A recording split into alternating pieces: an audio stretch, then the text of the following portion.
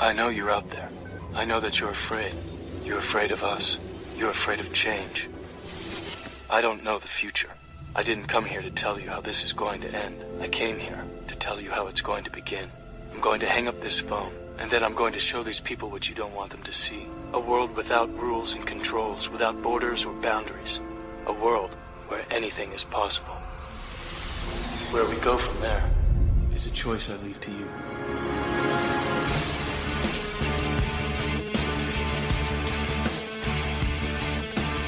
The KrisAnne Hall Show. Any varmint that crosses that lady's path has met its match. Come on!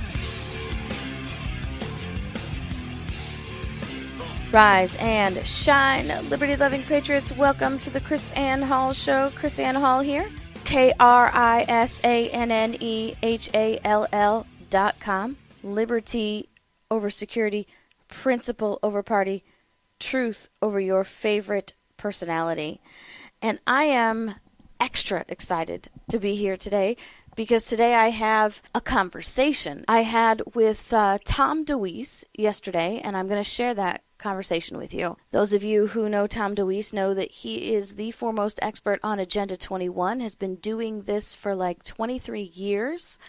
He is an absolutely amazing man, and I'm not going to waste any more time because we have a really awesome interview for you today. So listen up. Here is my conversation with Tom DeWeese. Tell us who you are, what you do, and your organization. Okay. Well, I'm president of the American Policy Center, and we've been around since about 1986. I wasn't awake then, just so you know. So you've been around for a long time then. Well, actually, you want to go back in history? I started the year I graduated from high school because I got my first job and I got my first paycheck, and I looked at it and I said, they took taxes out of this. I'm not old enough to vote.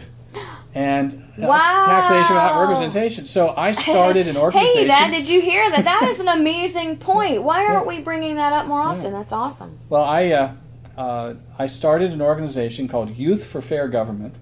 And our purpose was to get the voting age lowered. And this is I started nationally, but we started focusing on Ohio, where I was from. And actually, the first speech I ever gave in my life, I was 19. It was testimony before an Ohio Senate committee on legislation that I was responsible for bringing there. That was the first thing I did. So tell us about what you do now. Yeah.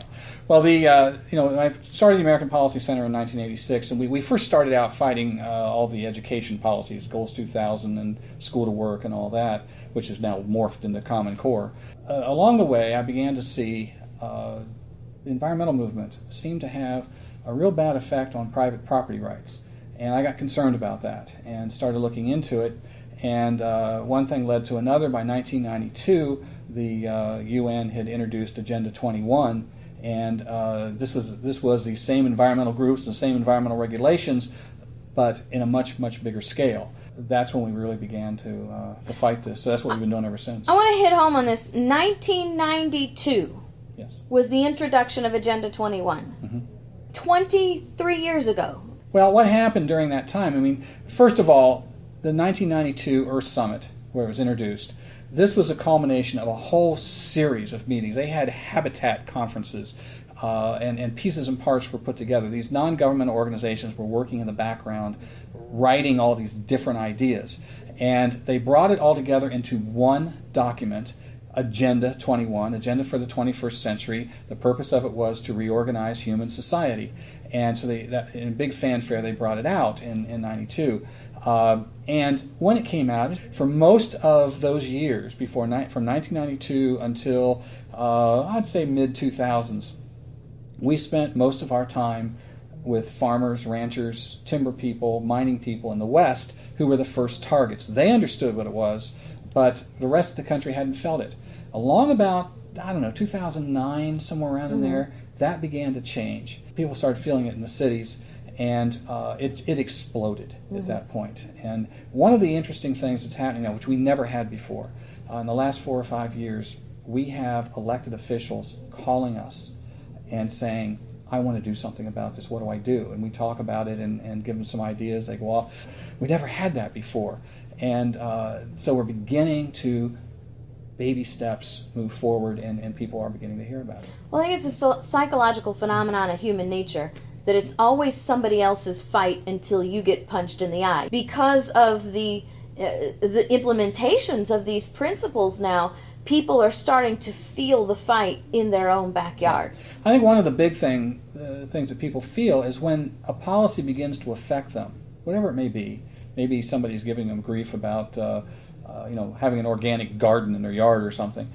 They go down to their city councilman or their county commissioners, and they get no satisfaction. They don't want to talk to them. They refer them to the water board, the planning board, and those boards elected by no one. By no one, and they have their own political agenda and don't care what this person's saying to them. That's when they begin to say something's wrong. They have felt their government has been taken away from them. Well, it's because I believe we've elected people who are ignorant of their obligations, ignorant of primary principles, what I call Liberty First principles, the principles of private property ownership, the principles of freedom of speech, the principles of limited government, the principles of government. The only reason for the creation of government is to protect the life, the liberty, and the properties of the people. And so when you elect people who have no idea what this is, then they get brought in by all these other groups. We'll tell you what to do. We'll make you successful, kind of thing. Who are these groups that are behind our county commissioners and city council? Yeah, these are, it's a very valid point, and you do get people, as you say, they're ignorant of these things, but I think for the most part, they're pretty good people, but they have no clue about this. What you have now are these non-governmental organizations, the Sierra Club, the Nature Conservancy, ICLEI, organizations like this that have helped put Agenda 21 together in the first place, and they come into the community with all the plans there, and they have the grant money for it too. It is being brought in by an attack on private property rights, by the creation of non-elected regional councils, boards, and so forth, and it's fueled by federal grant money. That federal grant money was created, the programs for that was created by these same NGOs. You'll hear in your community, you may not hear the term NGO, but what you're going to hear is stakeholders. They aren't stakeholders. They aren't even from there. They're carpetbaggers. Right. They don't belong there. You are the stakeholder. You are the one that has to live with what they put together. But these guys are standing behind your elected officials, and they're telling you, I got the money for you, I got the program, don't listen to anybody else. How do they get access to our county commissioners? Where do our county commissioners meet up with these people? Oh, they're all over City Hall. They're all over the county building. So we have lobbyists even on the city and county level. Absolutely. Because I don't think people make that connection. I certainly didn't. The ICLEI, the International Council for Local Environmental Initiatives, this is an organization that has the closest ties to the UN. And it was started around the same time as Agenda 21 came about. They helped write it, and they made it their mission to implement it in every community in the country, in the world, actually. And communities pay them dues to bring in software programs and training programs and newsletters and all kinds of meetings and so forth. And their job is to indoctrinate the employees in the planning commissions and in City Hall, and so that they only think in terms of sustainable development in these programs. You got the grant programs. You've got the states. These NGOs went to the states, got the states to implement rules that say every community has to do a comprehensive development plan. Now you've got county commissioners that are sitting there saying, what is a comprehensive development plan? The NGOs burst through the door and say, don't worry, got it all right here in a box for you. Here's the money for it too. And that's how it happens. They need them. So tell me, before we get much further, we need to sort of lay a foundation here. In a nutshell, what is Agenda 21, and why wouldn't we want to have a sustainable community?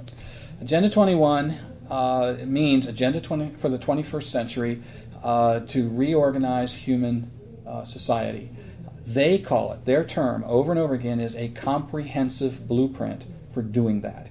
These are the terms they have used over and over again. Nancy Pelosi used it to introduce it into Congress. The American Planning Association uses it. The EPA uses it. Comprehensive blueprint. For what? To completely reorganize our communities. Part of the plan is to literally herd people out of more rural areas into cities. Well, come on, Tom. You want to preserve the trees and have better use of our water and have an environment that lasts for our children, don't you? Isn't that what Agenda 21 is trying to do? The greatest way to do that is private property ownership. Yeah, well, you and I do too, but what is it? Sure, I do. Nobody wants a pollution. Nobody wants environmental degradation. But that's not what... This is the excuse. If you want to understand... the real purpose? If you want to understand Agenda 21 and understand what it's all about, social justice is one of the planks of it. Social equity. That is redistribution of wealth. And what you see happening, not just on the local level of redistribution of wealth, but on the nation and the world as a whole. How is that working? It's working by dire environmental regulations that they put in place that are killing American industry. And it's done to protect the environment. And so we have a rust belt in the Midwest because these kinds of regulations. Our steel mills and our factories are shut down. Golly, they pop up in China, Brazil, India. Isn't that the same environment? But if you look at a lot of these UN treaties and plans and so forth, they're exempt. This is redistribution of wealth. This is taking global wealth. I mean, we're not talking about Yeah. redistributing just simply in the United States now. We're talking about global redistribution. We're talking about reorganizing human society. And that's how it's being done. According to their plan. Exactly, yeah. When we elect our county commissioners, we're sending them off for this training. Tell us about the training that they're receiving. Well, this is the interesting thing. As we said, you get some people who run for office, and they are educated, as you said, in the Constitution and how government should operate. The minute we elect them, almost in every community, your county commissioners, your city council, your mayors, and your state legislators, they're all automatically members of national organizations for that. There's a National Conference of Mayors, there's a National Association of City County Commissioners, and on and on. And as soon as they're elected, we send them off to national meetings. And they're sitting there in audiences listening to speakers tell them the latest ideas for the community, for government. Who's that? These same NGOs, these stakeholders, these carpetbaggers that are putting all this together from the international level, bringing it down, and they're hearing that. They're even giving them sample legislation to take home. When they come home, representatives of those same groups are there, and they're saying, hey, you got the sample legislation? Here we go. We've got the money for you, too.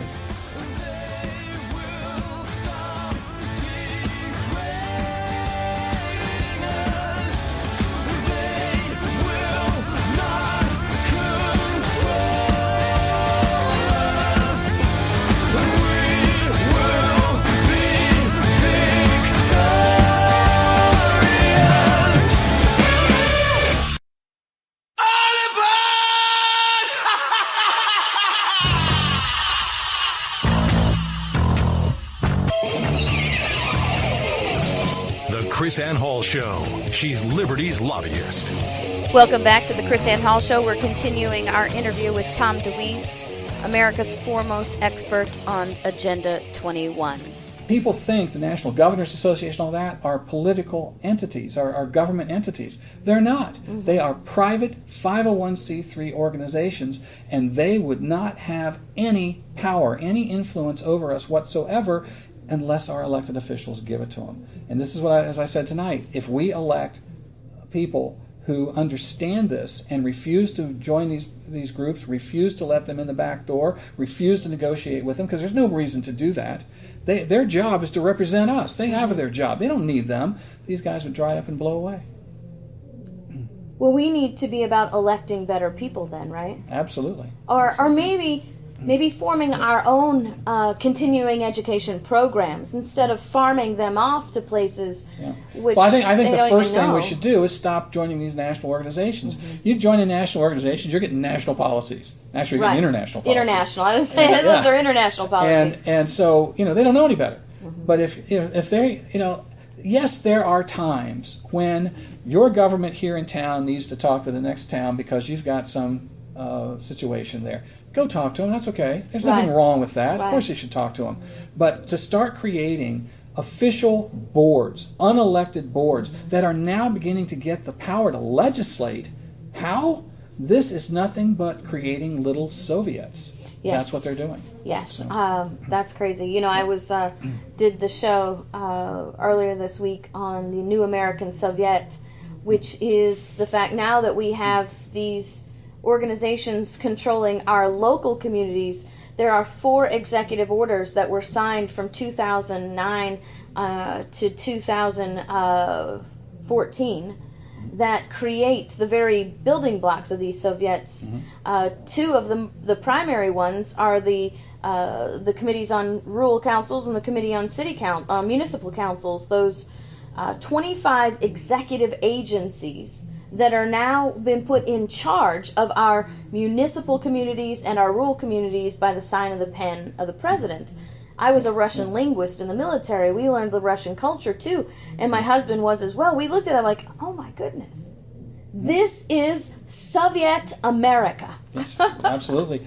And you know, they will tell you if you start to question or attack these non-elected boards, these regional governments and so forth, they will defend it and say, well, there are elected officials on there. There's a city councilman, there's county commissioners on there. Yeah, but he wasn't elected to be on there. Right. And what they do is they're able to hide in the back rooms, and you don't even know what's going on. This is the part, you're asking what Agenda 21 is and why it's so dangerous. What it does is it balloons the size and power and reach of government. And with that comes corruption and the ability to hide so nobody can see what they're doing and refusing to talk about it. I mean, I've been talking to people here this weekend who have told me that they tried to go to their county commissioners or tried to go to their state legislators. Oh, I can't talk to you about that. I can't. Oh, no. Really? Why? And because and most scared. states have sunshine laws. They can't not talk to you about things that they're doing. But they do, yeah. And they just shut us off. As I said tonight, you go into a city council meeting and you mention Agenda 21, and you get the eye roll of disgust, of contempt. Oh, I get that too when we talk about the Constitution. Yeah, it's exactly the same thing. It's the same thing. Yeah. For the same reason, it's of course. radicals talking about the Constitution. Oh, now. that old paper again. Yeah, right. Yeah. So, you get that because they have literally been indoctrinated to do that. Because behind them, as I demonstrated, you have these NGOs, these what they call themselves stakeholders, and I say they're carpetbaggers. They are standing behind them, and we're showing them documents and so forth, and they're saying, no. They know full well if we get through the barrier, if we get to them about this, their jig is up. And they know that. So tell me, how do public-private partnerships work into this program? Well, our government is established to protect the businesses, be able to be in business, not to run their business, not to be in partnership with them, not to be shoulder to shoulder with them. Public-private partnerships, they are not free enterprise. They are Mussolini fascist enterprise, and what you end up having is elected officials are able to hide behind the independence of business. Businesses go out and do things because the elected officials have given them equal footing, given them quasi-governmental powers, absolutely, or special privileges. They get tax breaks. They can build their store where nobody else can. They get regulation the breaks breaks, and all that. Yeah. So don't let them steal your light. Don't let them break your stride. There is light on the other side. You'll see all the raindrops falling. It's a revolution.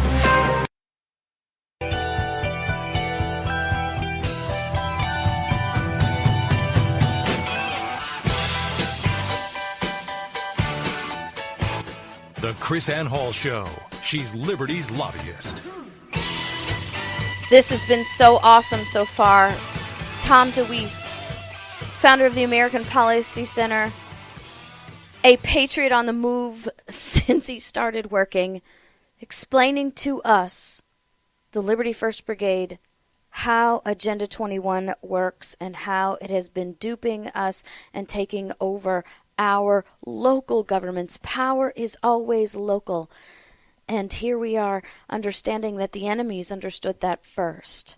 Let's keep going. Another example of that was the Trans-Texas Corridor, which is definitely part of the whole Agenda 21 redistribution of wealth scheme. You got products from China that are unloading in a port in Mexico, and you've got Mexican trucks that who have not passed our stringent safety standards, and they roll right over the border in this massive highway that is so wide that it's got rail lines going down the middle, it's got pipelines going down the middle. They were going to build it. There were no exit ramps they were going to put in it. So communities that depended on the highways where people get off and stay overnight in their hotels or get their gas or their restaurants or whatever, they're all right there in the middle in the public-private partnerships in there. And they get this whole pathway through there. It was going to, in Texas alone, it's going to take, I believe, if I remember correctly, it was 500,000 acres of private land, prime ranch land. And with no underpasses and so forth there, if you had a large enough ranch and you had your house on this side and your barn was on this side, you might have to drive 50 miles around to get to your barn. If you were a community that had to get fire and police and school buses from one end of the county to the other, you couldn't do it. And this is what was being pushed. Rick Perry was the one pushing this, and he used the Texas legislature voted to stop this, and he said, no, we're going to do this anyway. That's why I know what Rick Perry is. Yeah, Not to get real political about it, but that's the truth. And that's he did the same thing with vaccinations. Yeah. So See, that's what he does. That's what he does. But people are pounding their chest on him. Oh, he's a good conservative. No, he's not. Well, again, it comes to the point. I ask people, we believe that there are, like you said, there are evil people that run for office to do evil things. Sure there are. There are ignorant people that run for office and do bad things because they're too ignorant. But at the end of the day, Tom, what difference does it make? Whether it's evil or ignorance, same result. The same exact results are the problem. You got the useful idiots, and what we have to start doing is pressing that we start treating property owners like owners. I mean, think about that. You own the property. You bought it. You paid for it. It's yours. And some other person is telling you. You gave a definition of property in your presentation today. You didn't have it memorized. I'm not going to make you repeat it. But you said that a judge wrote that. It was a Supreme Court justice in the state of Washington. No, he didn't. No, he didn't? No, he didn't. He paraphrased James Madison's essay on property. You were reading that, and my face is lighting up, and I'm going to my husband and go, I'm happy to know James Madison.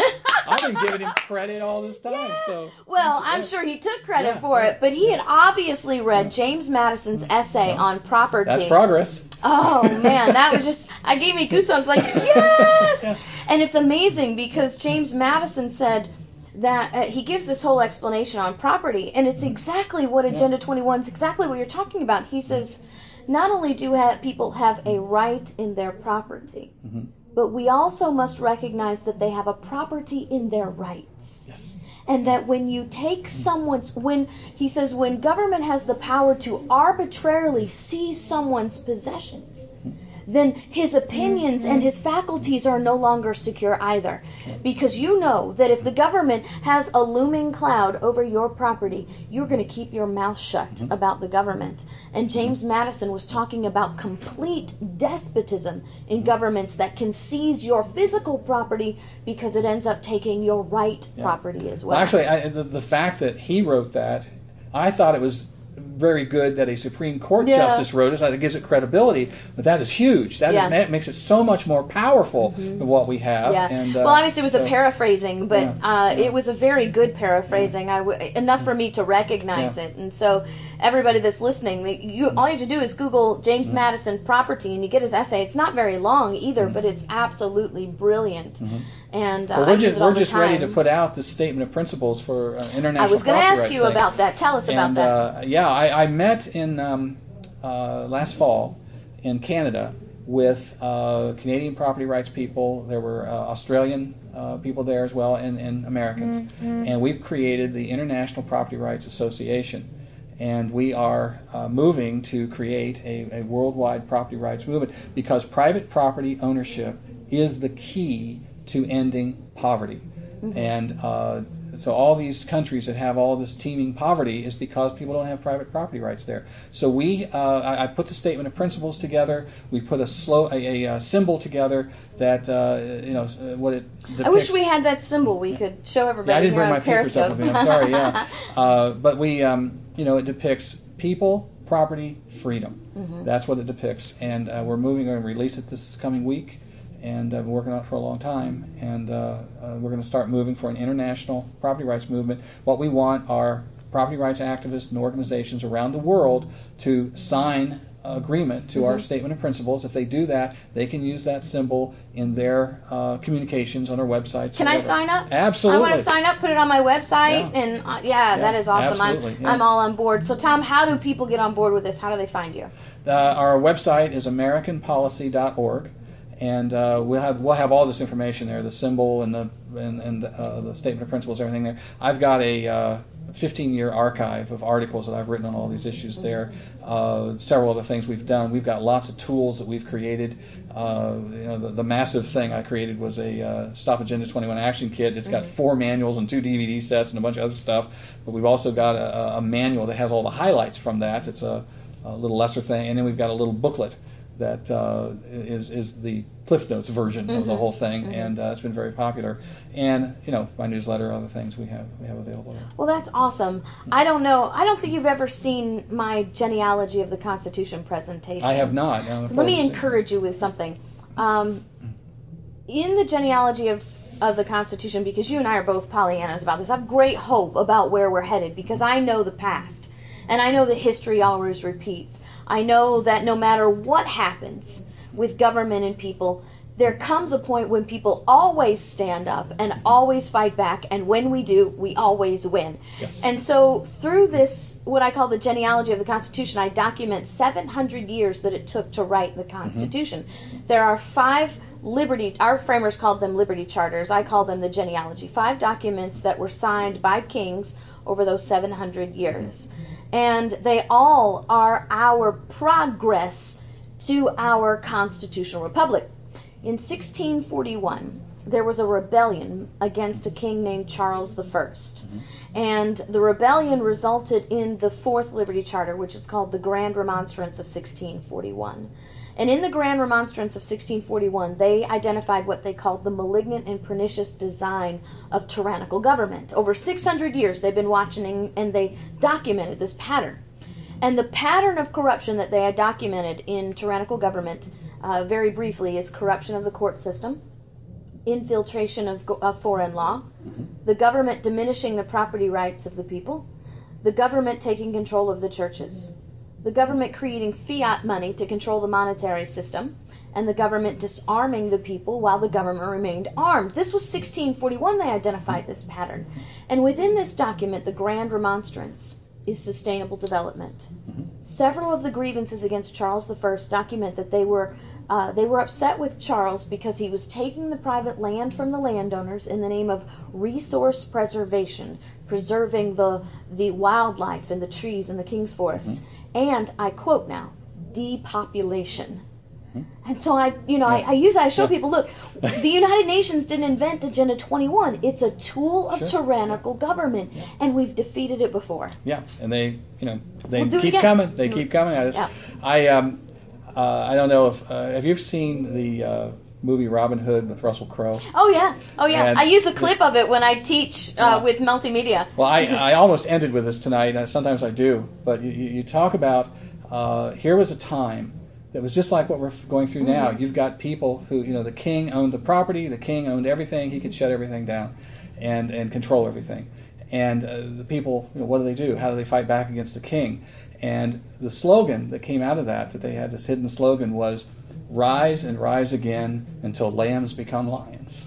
Yay! And that's my slogan. I'm going to have to pick that up. That is awesome. Rise and rise again until lambs become lions. That's Absolutely. great. Yep. Yeah, I use that. I use a clip from there to show that Robin Hood was not engaging in redistribution of wealth. Exactly. He wasn't robbing from the rich to give to the poor. He was Yeah. taking from the king the money that had been stolen from the yes, people yeah. and returning it to them because Redistribution of wealth. the king was murdering people for not paying their taxes. Yeah, And yeah. so that's part of our little history lesson we get in there. I think it's vital for people. I understand people feeling totally oppressed, looking down in defeat. We've lost the republic. What can we do? And all that. And I think one of the problems with our movement is that we're impatient. Maybe it's because we had everything at one point, right, and we've lost it all. right. Well, give it back. Right. And I think, how I look at it is you've got to stop doing that and looking in defeat and thinking that you're going to have it all today or nothing. I went down and I signed a petition. I carried a sign. I did all that. Nothing happened. And you went home. That's the problem. I wrote a letter to my congressman. Yeah. Isn't that the best thing I'm supposed to do? Nothing happened. Yeah. And what we have, and you said Pollyanna, and that's what I say about myself all the time, is that we have to look at victories. I don't care how small they are. A small victory is a victory. If you take the time to stand up and speak out, somebody sitting, even if you lose, even if you get tossed out on your head on the wall, somebody's sitting there going, I didn't know that. And so that we take that as a victory. How tiny, small it is, it doesn't matter. I take the massive opposition to what we're doing as a victory. Oh, I love it. We're scaring the mess out of them. Yeah. You and I are in the same club. I was identified by the Southern Poverty Law Center as an enemy. As a matter of fact, they published my home address, my husband's cell phone number, and all our personal information on the internet as enemies. And I took that as a badge of honor, right? My husband told our kids, you are who you roll with. You know who you are by your friends, but you also know who you are by your enemies. Absolutely. And I think that's great. They've done 4 reports attacking me. Stick with us. We'll be right back. The weapon of my choice, don't censor my voice. Hate me if you won't, or love me if you can. If the truth is what you want, then you found your man. I ain't backing down, I ain't backing up. If you think like I think, then crack it on up. I won't back up, I don't back down. I've been raised up to stand my ground. Take my job, but not my guns. Tax my check till I ain't got none. Except for the good Lord up above. I answer to no one.